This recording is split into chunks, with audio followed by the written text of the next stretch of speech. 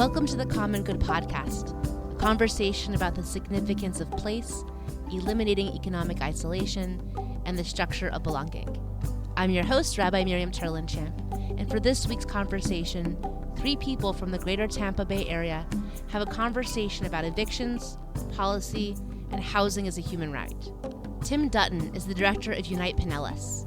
We focus on issues of racial equity in Pinellas County, Florida, which is on the West Coast. Lisa Brody is the Assistant Deputy Director of the Bay Area Legal Services. And Bay Area is a nonprofit law firm that provides free civil legal services to low-income individuals and families in the Tampa Bay area. And Roxanne Fixsen is the Chief Activation Officer at the Foundation for a Healthy St. Petersburg. The Foundation's mission is to improve population health by closing the equity gap that exists in the social determinants of health, of which housing is one of those. And we do this by focusing on race equity. This episode follows last week's episode, where Courtney Napier described her experience of being evicted, which built upon Bree Newson Bass presenting the relationship between housing and policing. We jump in mid-conversation with Lisa describing why it's important to be discussing evictions at this moment in history. Just to piggyback along what Tim said, and especially in an area like ours, it's just so important to prevent homelessness and to provide stability, not, individual stability and of course, family stability. Because, if you look at the loss of a home for a family and specifically for a low income family, it is so disruptive and it affects so many other aspects of their lives besides housing. And if you start to look at those other aspects of the lives, it then helps, spiral those families into poverty. And now with COVID, we're seeing that, these are families who we, would never have assumed would have ever have been our clients. So there's a new face to families that are now facing evictions. And eviction, isn't necessarily I'm 10 months behind or I'm a year behind. 1 month behind can result in an eviction for a family and then just cause that spiral effect that will have a lasting effect, potentially for generations. So the people who are most at risk of being evicted are often Black and brown families because they're in low-wage jobs, typically. They're in communities that have been redline segregated for many, many, many years. So the opportunity to own your own house is diminished in those communities. So they're typically large renter households made up of families who are in lower wage jobs, like especially in Florida in the tourist industry and the hospitality industry, and even in the health industry. We're seeing new faces in addition to those who struggle on a monthly basis to pay their rent because of the lack of affordable housing that exists in our community on a normal basis pre-COVID. So now we're adding on top of that a whole new segment of our community that's facing eviction as well. So it is definitely a crisis, and we've used the term tsunami of evictions, and not to be dramatic, but I think it's important that our country, our communities realize that this truly, truly is a crisis, and it's a crisis that's not going to go away tomorrow. There are going to be long-term effects as a result of the pandemic and the impact that it's had on housing, especially because we were already in an affordable housing crisis. The data shows pretty clearly that this is an issue that impacts kids in a big way. It has residual effects. So this is not eviction and finding another house. That there are a number of studies that show that there as many as 10% of kids in families of low income experience eviction at some time before they're age 15. Sure. If I just look over, some of the cases I've had, especially in our area, if you look at a family and they're evicted, here, children's school is determined by where you live. So if you're evicted, number one, and have to move to, another opportunity for housing, that could mean a change in your schools. Also, with a lot of our low-income families, they also tend to work near where they live.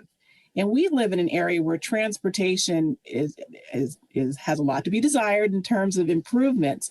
So a lot of our clients are either walking or using public transportation, which at times can take hours. So again, having to relocate maybe from near a bus line or from when walking distance to your place of employment, that's something else that, can really have an impact on a family. And then also the health issues associated with it, not only the physical health aspects of it, but the mental health aspects of it because of the additional anxiety that it brings upon the household. There's a whole body of research around adverse childhood experiences and called the ACEs. And a lot of the children's mental health initiatives and systems, including child welfare and family court systems, look at ACEs as a way to begin to plan interventions. And with the research, any one or two of these adverse childhood experiences can lead to severe long-term consequences for children, and housing is one of them. Change in school is one of them. Change in parents' work is one of them. I mean, just the eviction issue alone is at least 4 or 5 adverse childhood experiences. Yeah. And it only takes 1 or 2 to have long-term consequences. On my street, the first year I was there were 2 evictions. The families we knew pretty well. In each instance, it was a mom with several children. And the process was unbelievable in the sense that there were sheriff's deputies showed up and the landlord's representative showed up, and the family wasn't there. They opened the house, started clearing out the house, and the kids and the mom came home and weren't allowed in, even though the kids were really concerned because they wanted to make sure that what they cared about, that was a possession, was handled in a way that made sure they ended up with it. All of their material, everything they owned, ended up on the curb strip. And frankly, they didn't have any way to take those possessions to a storage unit because that cost money. They didn't have any place to take it as far as their next housing. They both ended up in a shelter. These are really amazingly traumatizing experiences for everybody, whether they're adults or children, but they certainly were for the kids on the street that I was on. Usually the vast majority of these families are experiencing some sort of other crisis, domestic violence crisis, or often a health crisis. Many of these families work for employers who don't have paid time off. So they have a child who has special needs or sick areas, and they try their best to balance those things, but it's very difficult, and those are often the reasons behind a lot of these evictions. We all have crisis at some point in our lives. Some are in better positions to weather those than many others. Many of the family supports are also in their community where they're presently living. Mm-hmm. So whether it's the extended family member that takes care of that child when they come home from school, or whether it's the church and the congregation at the church that helps take care of that family, so much of that, in many of our community is right there in our areas. And so when when there's that lack of affordable housing or that need for affordable housing, it's just not so easy to say, well, we can just move down the street or we can move a couple streets over. In many instances, you're moving quite a distance away from where you're presently living just to secure housing that you can actually afford. Sometimes with a stop at a shelter on the way. And also, it's very important to understand that the eviction process changes depending upon what part of the country you're in, because it's regulated by your state statutes. And in some instances, your local municipalities will have additional laws or ordinances that pertain to the eviction process. However, with the legal eviction process in most states, there is that notice requirement. So there's a notice requirement that needs to go to the tenant. So whether it's for non-payment of rent or for a violation of some type of rule within the lease agreement, there is a notice requirement, meaning that the tenant is supposed to be legally put on notice that there could be a pending eviction coming. So depending upon whether it's non-payment of rent or for another type of lease violation determines the length of time that the tenant has within that notice to try and rectify whatever the non-compliance is.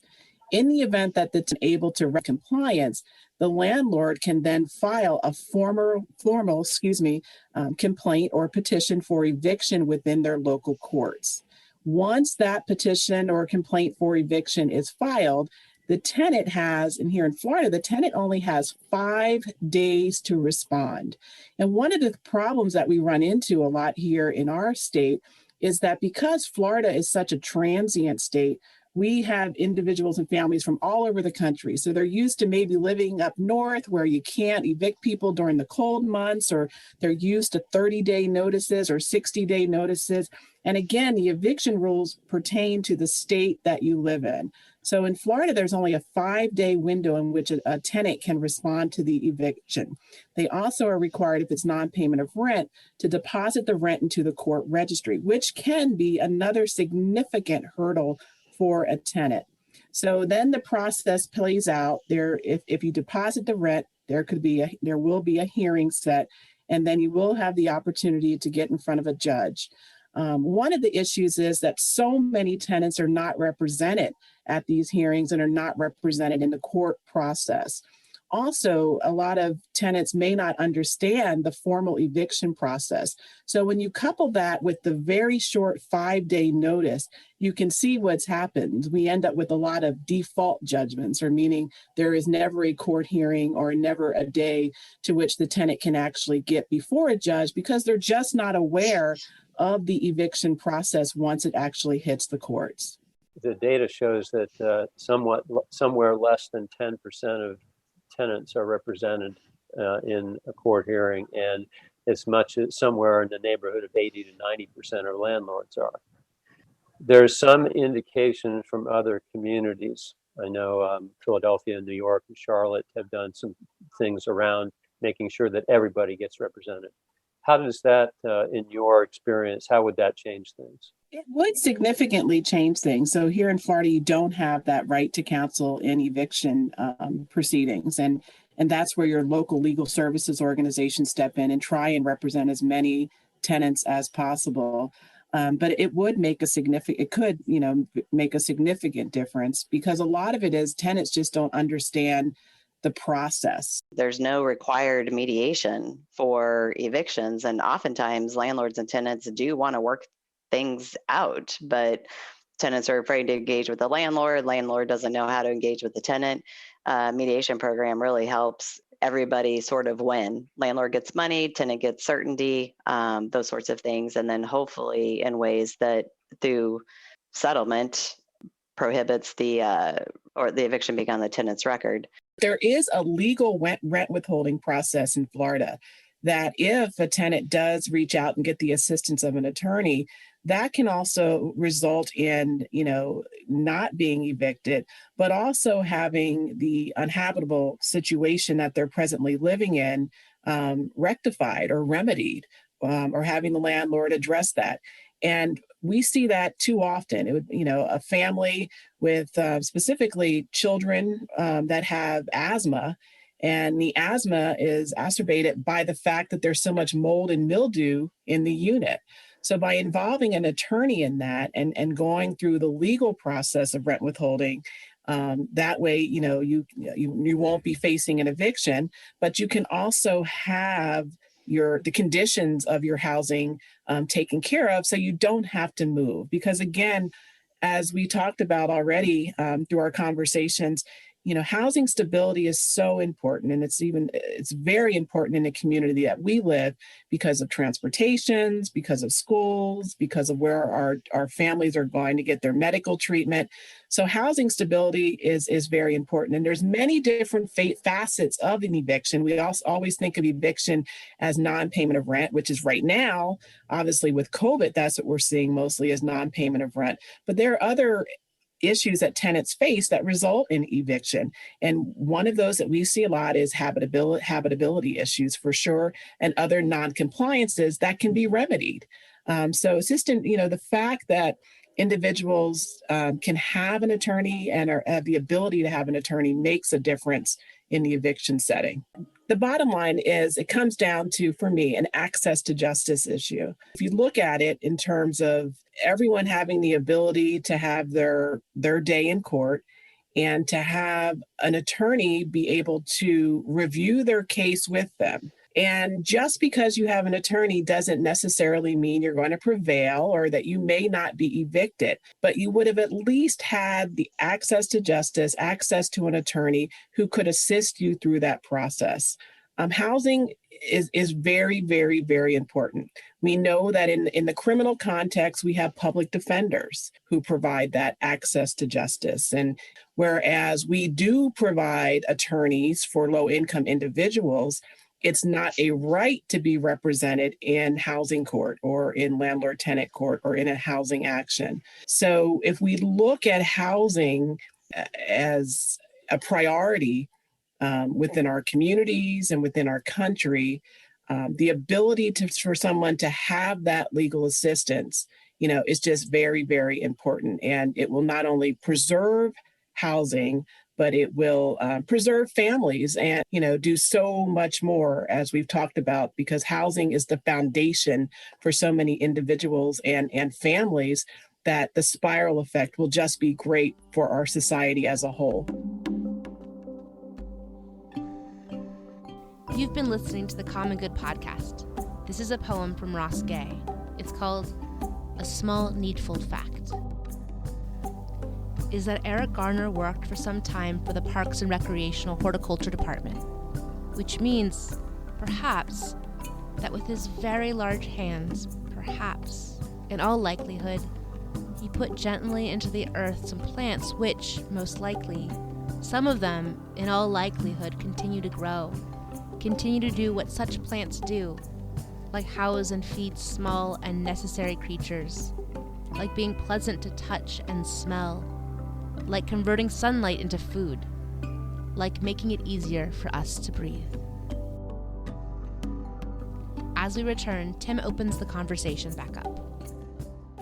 Are there other thoughts that you have about how these issues about evictions might play out in a way that's more humane? Well, I was just thinking about thinking of another tenant who contracted COVID, lost her income in a housing situation where she had to have roommates in order to afford it. She has COVID, the roommates move out. So now all the rent on her shoulders and no income. Went through the mediation program. Her landlord engaged with that.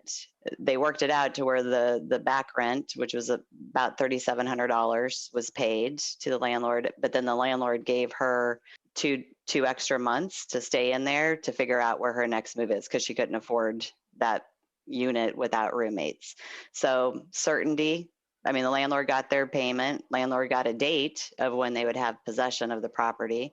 The tenant had opportunity to go find where she could afford to live, especially once she recovered from COVID, and could move out. And also the public health aspect of it, of having COVID and not being on the street and or elsewhere and spreading the disease. So it's that certainty. I mean, yes, the money is important. It's important for the landlords. It's important for the tenants to not have that burden.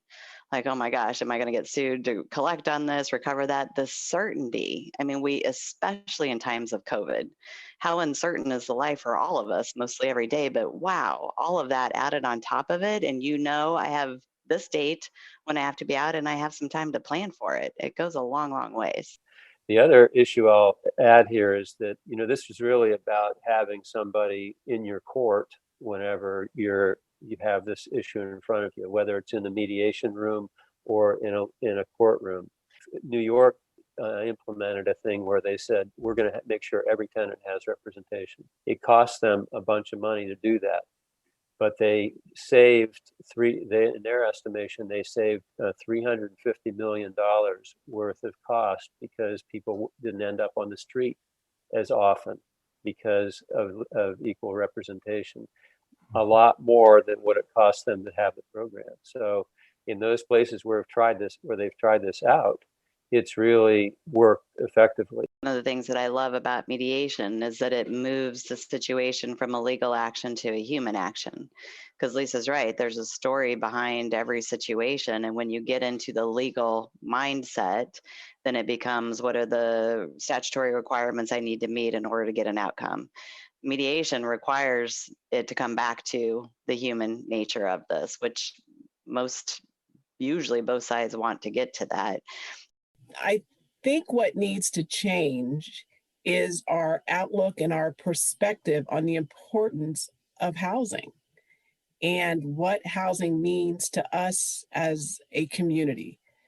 And I think when we put housing as a priority, that changes our perspective on a lot of things.